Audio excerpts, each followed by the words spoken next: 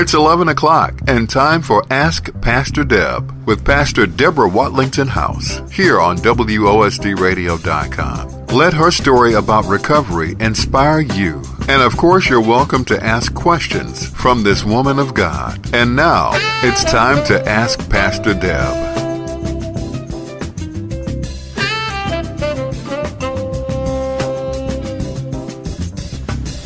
Good morning and welcome to Ask Pastor Deb.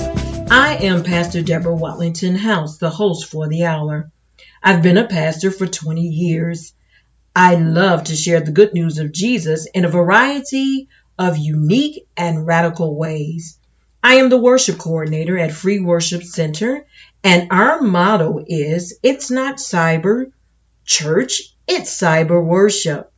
I'm a certified peer recovery coach at Ask Pastor Deb Recovery Cafe, who provides a form of strength-based support for persons in or seeking recovery from alcohol and other drugs and other addictions. This show gives you an opportunity to ask me about different topics. I invite you to sit back and enjoy the show. Today's topic is, I feel like doing some preaching. So good morning, everyone. Today, I'm going to do a little different. I'm going to actually preach a sermon that God gave me a couple of years ago. And I just think it's a good time to do a little preaching, being that it is Resurrection Sunday. And so if you allow me to give you just a little bit of a sermon, I think it's going to bless you. So before we get into our text this morning, allow me to share a story of a man who, like Job, experienced a life full of suffering. And this sermon is coming from Job 42. Okay. And so his name is Marvin Gaye. Singer Marvin Pentz Gaye Jr., also known as the Prince of Soul, was born in Washington, D.C. on April 2nd, 1939. Gaye was raised under the strict control of his father, Reverend Marvin Gaye Sr., who was a minister at a local church, against a bleak backdrop of widespread violence in his neighborhood. Throughout his childhood, Gaye often found peace in music, mastering the piano and drums at a young age. Until high school, his singing experience was limited to church revivals, but soon he developed a love for R&B and doo-wop that would set the foundation for his career. In the late 1950s, Gaye joined a vocal group called the New Moonglowes. The talented singer had a phenomenal range that spanned 3 vocal styles, and he soon impressed the group's founder, Harvey Foucault. It was long before Gaye and Foucault both came to the attention of Detroit music Berry Gordy Jr. and was signed to Gordy's legendary Motown Records. In 1975, Gaye's wife, Anna Gordy, Berry Gordy's sister, filed for divorce. Berry Gordy's sister filed for divorce. And 2 years later, Gaye married Hunter, who had by then given birth to their daughter, Nona, born September 4th, 1974, and their son, Frankie, born November 16, 1975. Gaye also had an adopted son, Marvin Pentz Gaye III, from his previous marriage. The singer's marriage to Hunter proved short-lived and stormy, ending in divorce in 1981. Despite his successful comeback in the early 1980s, Gaye struggled badly with substance abuse and bouts of depression that had plagued him for most of his life. After his last tour, he moved into his parents' house. There, he and his father fell into a pattern of violent fights and quarrels that recalled conflicts that had haunted the family for decades. On April 1st, 1984, Marvin Gaye Sr. shot and killed his son after a physical altercation. The father claimed he acted in self-defense, but would later be convicted of involuntary manslaughter. 3 years after his death, Marvin Gaye Jr. was inducted into the Rock and Roll Hall of Fame, creating beautiful art from a troubled life.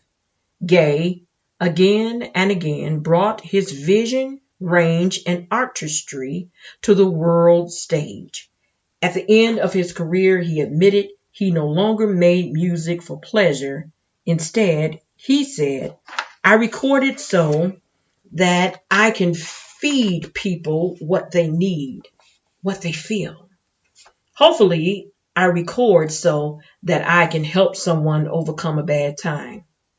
Now, there was one of his many one of his many songs, because he was truly a prophet, that exemplifies a Job experience of inner city blues, which the tagline in the Vamp is the title of our message this morning. Inner City Blues make me wanna holler. Often shortened to Inner City Blues is a song by Marvin Gaye, released as the third and final single from the climatic song of his 1971 landmark album, What's Going On, written by Gaye and James Nix Jr. The song depicts the ghettos and bleak economic situations of inner city America and the emotional effects these had on its inhabitants. Marvin hollered about the injustice that went on in the inner city as well as the nations. In 1970, inspired by an escalating violence and political unrest over the Vietnam War, Gaye wrote the landmark song, What's Going On. Despite clashes with Motown over the song's creative direction, the single was released in 1971 and became an instant smash. Y'all know I'm dating myself. Who says smash now? It was a hit. It was lit. Its success prompted Gaye to take even more risk, both musically and politically. When it was released in the spring of 1971, the What's Going On album served to open Gaye up to new audiences while maintaining his Motown following. Departing from the tried and true Motown formula, Gaye went on to go out on his own, artistically paving the way for other Motown artists like Stevie Wonder and Michael Jackson to branch out in later years. Beyond influencing his peers, the album garnered widespread critical acclaim, winning the Rolling Stone Album of the Year award. The more things supposedly changed, the more they stayed the same. Here we are. The same problems almost 50, 60 years later.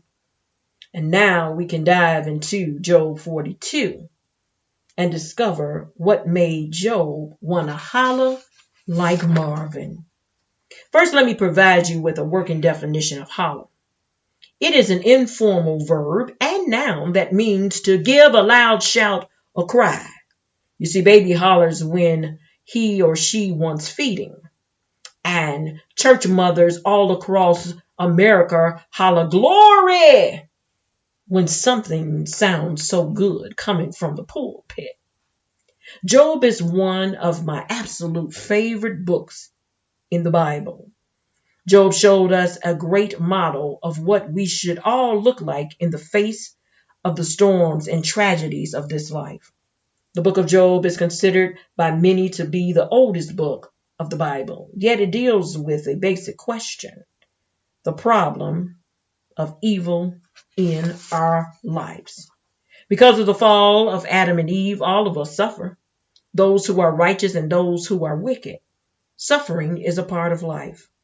For those of you who remember, and for those of you who never knew, that Job's own attitude began with a mixture of self-pity and self-affirmation. As his life was devastated by one disaster after another, not surprisingly, Job sank himself into grief. I can only imagine that Marvin Gaye was going through a Job season when he wrote Inner City Blues, Make Me Wanna Holler. I can hear Job saying this, make me wanna holler the way they do my life. This ain't living. No, this ain't living. No, baby, this ain't living. Job was probably saying that to his wife and his friends. And even in spite of his wife's advice to curse God and die, he insisted on defending his own innocence. By contrast, the attitude recommended by Job's 3 homeboys was self-accusation. Come on, Job, they said. Admit that you are suffering because of your own sin. This is God's judgment upon you. Repent, and it will soon turn out all right. But Job refused to be bullied into singing or signing such a false confession and denying his integrity because he was innocent.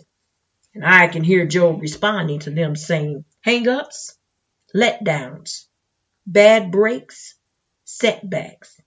Oh, make me want to holler and throw up both my hands.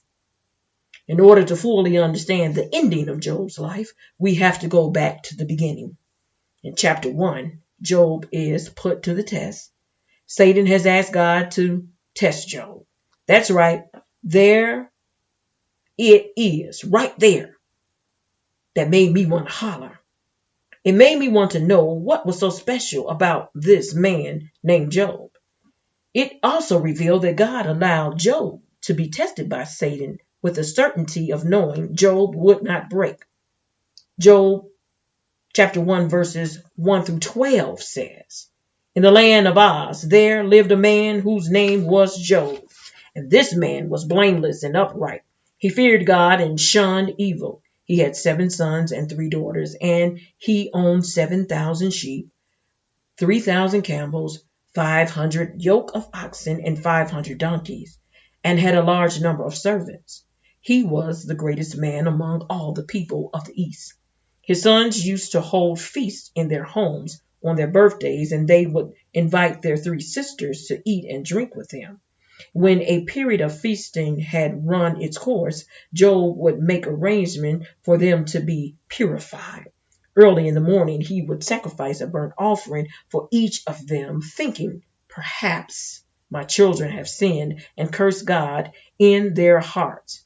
This was Job's regular custom.